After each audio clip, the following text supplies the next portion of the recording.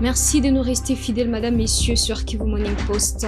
Les consultations initiées à Bujumbura par le président burundais Evariste Ndayishimiye autour de la crise politique et sécuritaire en République démocratique du Congo font l'objet de plusieurs analyses. Dans une lecture critique, le professeur Bob Kabamba, politologue, estime que cette démarche soulève des interrogations sur ses objectifs, sa légitimité et son caractère inclusif.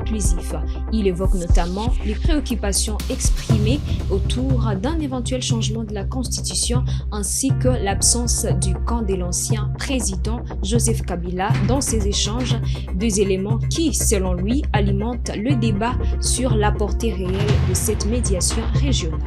Dans une analyse consacrée à ces concertations sur Radio France Internationale, le politologue Bob Kabamba estime que l'initiative s'inscrit dans une dynamique visant à renforcer les relations entre Gitega et Kinshasa plutôt qu'à établir un cadre de médiation pleinement indépendant.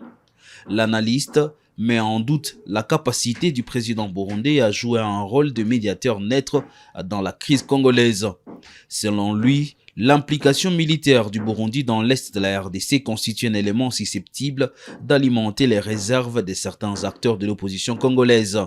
Les consultations du Burundi, lancées depuis le 6 juillet 2026, réunissent plusieurs responsables politiques congolais et représentants religieux dans le but affiché de favoriser un dialogue face à la crise que traverse la RDC. Mais pour Bob Kabamba, l'un des enjeux majeurs de ces échanges concerne la question constitutionnelle. Il estime que le pouvoir de Kinshasa chercherait à obtenir un soutien politique plus large autour de ses ambitions institutionnelles, notamment sur une éventuelle modification de la Constitution. L'absence du camp de l'ancien président Joseph Kabila figure également parmi les points critiques soulevés par l'analyste. Selon lui, cette exclusion remet en cause la capacité inclusive du processus. Pour Bob Kabamba, ces rencontres révéleraient davantage d'une démarche politique destinée à consolider les pouvoirs en place à Kinshasa que d'un processus de médiation neutre. Les autorités burundaises présentent toutefois ces consultations comme une initiative de facilitation du dialogue dans le cadre des efforts régionaux visant à contribuer à la résolution pacifique des tensions politiques et sécuritaires en RDC. La France a réaffirmé son engagement en faveur d'une Syrie libre, souveraine, sûre et pluraliste à l'occasion de la visite historique du président Emmanuel Macron à Damas.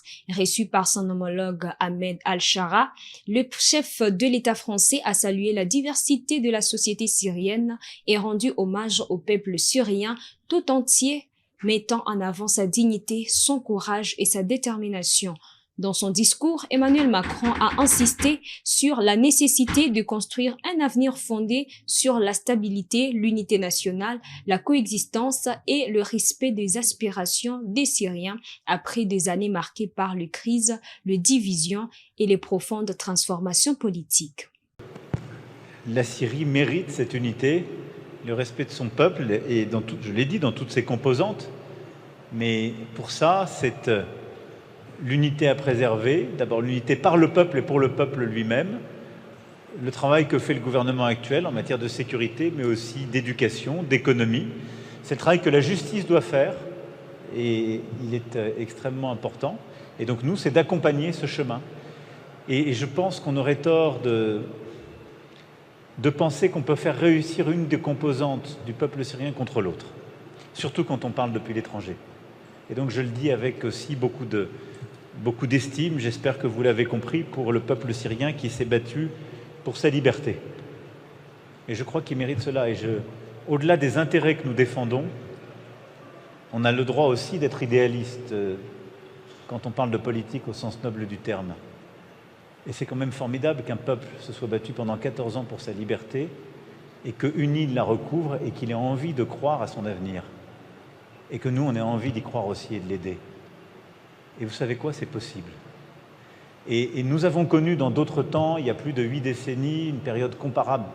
Rien n'est comparable, elle était très différente avec ce que vous avez vécu, mais notre histoire contemporaine, à nous Français, nous enseigne ce que c'est que de rebâtir les cadres d'un État au sein d'une société qui recouvre la liberté, mais qui a chaque jour, en quelque sorte, une documentation complète pour expliquer comment les uns pourraient être contre les autres.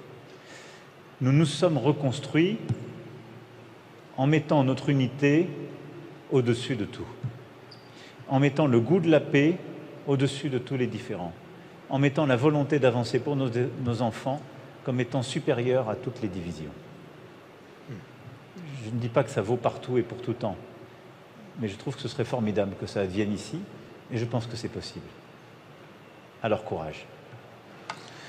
Le tableau de quart de finale de la Coupe du Monde 2026 est désormais connu. 8 nations sont encore en course pour le titre suprême, mais tout le regard du continent africain s'est tourné vers le Maroc, unique représentant de l'Afrique à ce stade de la compétition. Après l'élimination de 9 autres sélections africaines engagées, les Lions de l'Atlas confirment une nouvelle fois leur place parmi les grandes nations du football mondial. Leur parcours rappelle que leur exploit historique de 2022, lorsqu'ils étaient devenus la première sélection africaine à atteindre le demi-finale d'une Coupe du Monde, n'était pas le fruit du hasard. Pourquoi un seul pays à ce stade de la compétition? Ben Mouima nous en dit plus. Dans cette édition de la Coupe du Monde, qui les États-Unis, le Canada, mais également le Mexique, déjà éliminés, organisent, les pays africains peuvent tirer de nombreux enseignements. Presque toutes les sélections africaines qualifiées dans la phase à élimination directe ont été éliminées dans un scénario similaire. C'est constant, en tout cas, met en évidence les problèmes de manque de concentration, un problème de la gestion de la rencontre, surtout dans les derniers instants du match, mais également des erreurs techniques en fin de partie. Mais aussi, il faut signaler une chose, c'est le manque de remplaçants capables d'apporter un impact ont coûté cher aux sélections africaines. D'abord, la République démocratique du Congo qui jouait les 16e de finale pour une première expérience était face à l'Angleterre. Menée déjà depuis la 5e minute, l'Angleterre est parvenue à revenir au score dans les derniers instants, mais également marqué les buts du break grâce à un doublé d'Harry Kane. Même scénario pour le Sénégal qui menait la Belgique 2-0. Cette sélection avait vu certainement les Diables rouges revenir dans la partie, mais également marqué les buts de la victoire.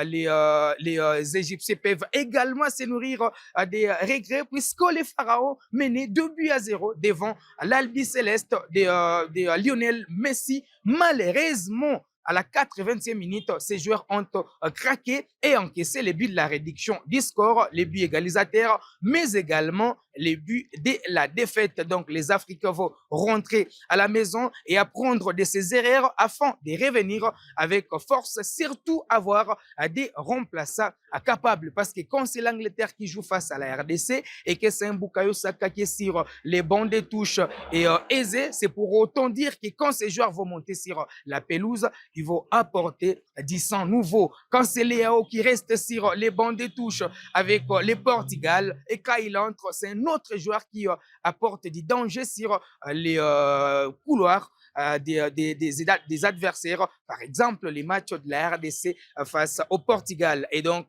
les 9 pays du continent africain rentrent à la maison et puis les espoirs du continent africain seront sur les Maroc qui jouent face à la France dans le remake certainement du dernier carré de la dernière édition de la Coupe du Monde où les Maroc avaient été éliminés par la France sur la note de 0-2.